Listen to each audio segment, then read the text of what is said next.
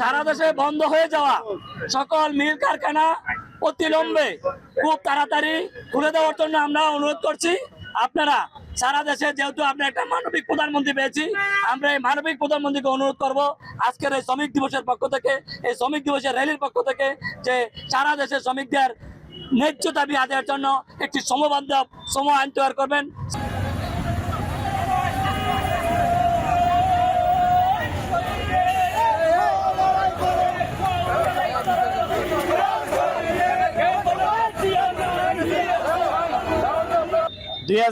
সালে এই ফ্যাসিস্ট সরকার যে অবৈধ কালো আইন চালু করেছিল, যেখানে মাত্র 250 টাকার মামলা 10,000 টাকা, 750 টাকার মামলা 50,000 টাকা পর্যন্ত।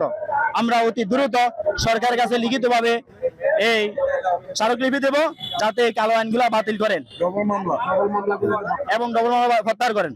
প্রিয় দর্শক শ্রোতা, শ্রমিক দল নেতা মোহাম্মদ ইব্রাহিম ফরাজির নেতৃত্বে 1 মে মহান আন্তর্জাতিক শ্রমিক দিবস উপলক্ষে চট্টগ্রাম নগরী সিআরবি এলাকায় এক বর্ণাঢ্য র্যালির আয়োজন করা হয়।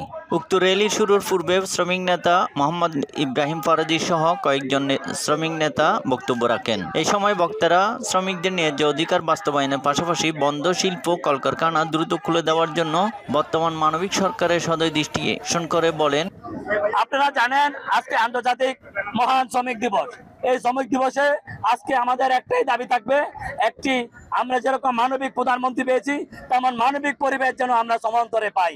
আমরা যেন শ্রমিকের অধিকার নিয়ে রাস্তায় নেমে আন্দোলন করতে না হয়, আমাদের শ্রমিকদের কোনো আন্দোলন নিয়ে যেন কারো দ্বারস্থ হইতে না হয়। আমরা আন্তর্জাতিক সময় অনুযায়ী শ্রমিকের সকল দাবি পাওনা যেন আমরা পাই।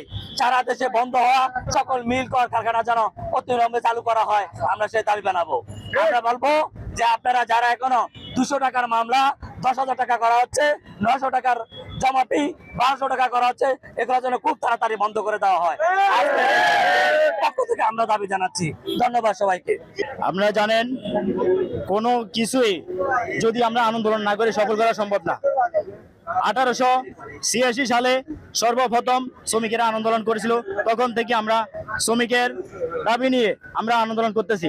এখন আমাদের বিশেষ করে আপনারা জানতেন চট্টগ্রাম মহানগরীতে সিএনজি, যেখানে শ্রমিক আইনের গ্যাজেট মাত্র 900 টাকা, অথচ চট্টগ্রামে এই ফ্যাসিস্ট মালিকেরা এখন ইনকাম নিচ্ছে 1100 টাকা 1200 টাকা। আমরা আজকে এই আন্দোলন থেকে শুরু করে আমরা আমাদের দাবি শেষ হওয়া পর্যন্ত আমরা ইনশাল্লাহ মাঠে থাকবো। শ্রমিকের পাশে আমরা সবসময় আছি ইনশাল্লাহ। যে মে দিবস অনেক কষ্টের বিনিময়ে আজকে শ্রমিক দিবস আমরা পালন করতেছি।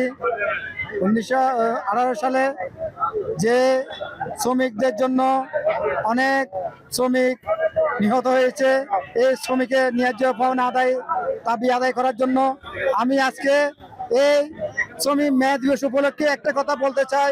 আমাদের নেতা জনাব তারেক রহমান, আমাদের প্রাণপ্রিয় নেতা, আমাদের সুপ্রিয় নেতা আমাদের কথা রেখেছে। আমি মনে করি আমরা যে শ্রমিকরা আছি আমাদের ন্যায্য পাওনাগুলো আমরা আদায় করতে পারি।